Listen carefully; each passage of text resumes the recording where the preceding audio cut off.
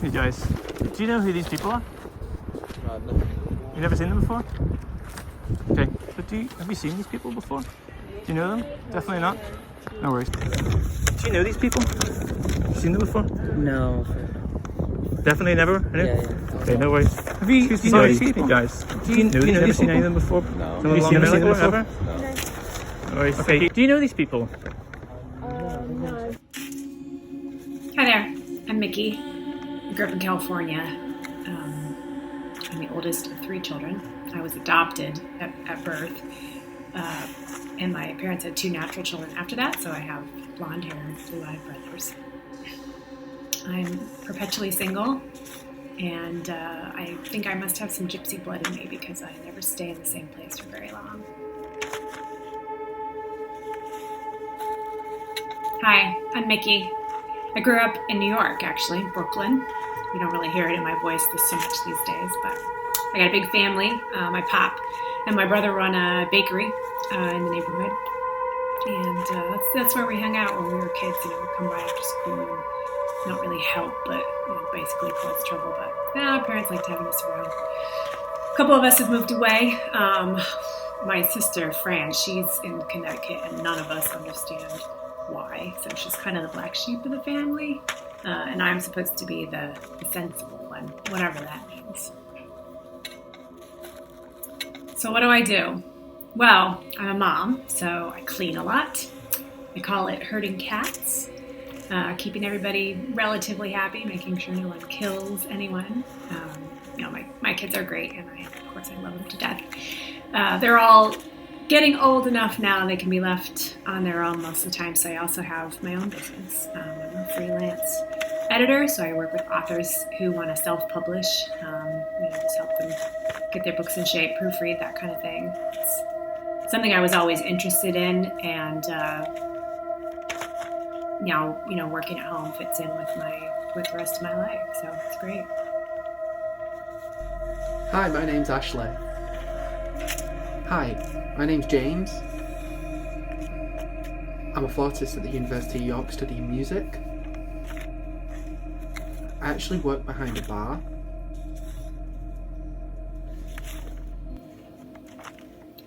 So what do I do? I've done a lot of things in my life. Worked in hotels. Was a tour guide once. Never done restaurants. Don't like the food service business. And then somehow I ended up in real estate. I was helping people buy and sell houses, especially people like getting their first home. That was always really fun. But it's really long hours and I got burnt out. So now I'm going back to school to get my master's and let's see where that takes me. Someone that I've met once and never seen since.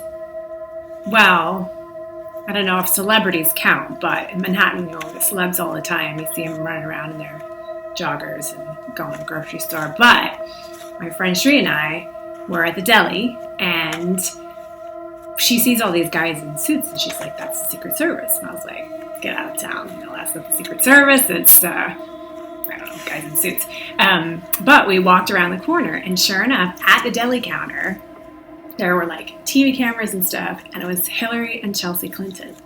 And I don't know, they were buying meat and cheese for some fancy do they were having or something. So Sherry's like, hey Hillary. And I'm like, dude, you need to stop it. Like, those guys in suits are going to come after us. But it was pretty exciting. And she waved to us. So there's that. But yeah, I've never seen her again. Someone that I've met once and never seen since.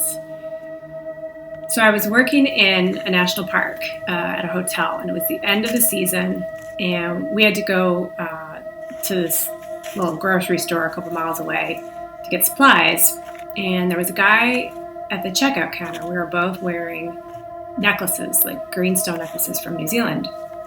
And so he says, "Oh, I like your necklaces. Oh, I like your necklace," And we just got to chatting, and it was, really quiet. There wasn't anyone else around, so I just stood there and talked with him for like half an hour. And we saw each other, like through that week. He ended up giving me a ride down the mountain, I think. And then that was it. I think we maybe sent some letters. Well, this was, back before email. sent some letters, but we never saw each other again. But it was one of those moments where you really feel like you met a soulmate, and you just hit it off, and you just really appreciate like that moment. I can't even remember his name. Karl. His name is Karl. I met this person years ago, just at university, and they smacked their head off at lamppost. Great times. I've not met someone outside the house in 2,000 years. My favourite piece of music, Vlad Lieberman's Sonata for Flute. I don't really like music. I really enjoy being in Turkey. It's one of my favourite places. I don't like going anywhere. I prefer my house. My favorite piece of music is Rachmaninoff's Prelude in C sharp minor. That probably sounds a little weird or a little snooty, but I had to take piano lessons when I was growing up, and my teacher would do, each week would be a theme, you know, we'd do Beethoven or we'd do Mozart. And when we did Rachmaninoff, I just loved it. It's just this really powerful, dark piece. It's great for banging out when you're pissed off about something. It's very hard to play, and I can never do it justice, but I really love trying. My favorite piece of music, and this is going to sound funny, but it's the Broadway recording of the musical Maine with Angela Lansbury in it. Yeah, like I only knew Angela Lansbury from Murder, She Wrote, but this was my grandma's favorite record, and she would always have it on when she was babysitting us. So we learned to sing all of the songs, you know, and then it kind of became this Christmas tradition thing, you know. Oh, holly, blah, blah, blah. And of course my kids hate it because I put it on now at Christmas every year, and they know all the words even though they don't want to. But I think when they grow up, they'll remember it, like I do. My favorite place to be, you know, I want to say something exotic like Paris or, but I mean, I live in New York, it's pretty exotic, I guess, for some people.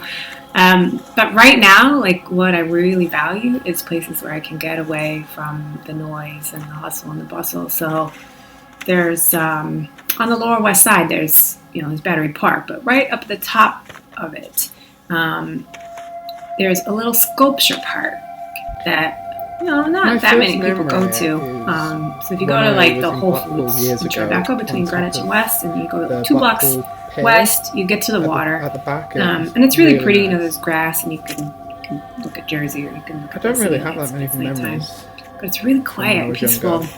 And there's this sculpture park with these really like whimsical, there's like little gnomes or elves or things, and they're doing stuff, and then there'll be like a giant foot, and it just kind of catches people by surprise. So it's fun to like be there and experience it, but it's also my favorite book is really entertaining to watch other people, especially the kids, because the kids just think it's super crazy, and they're making up stories. I think the time I was most scared was when I was in like the Blackpool dungeons.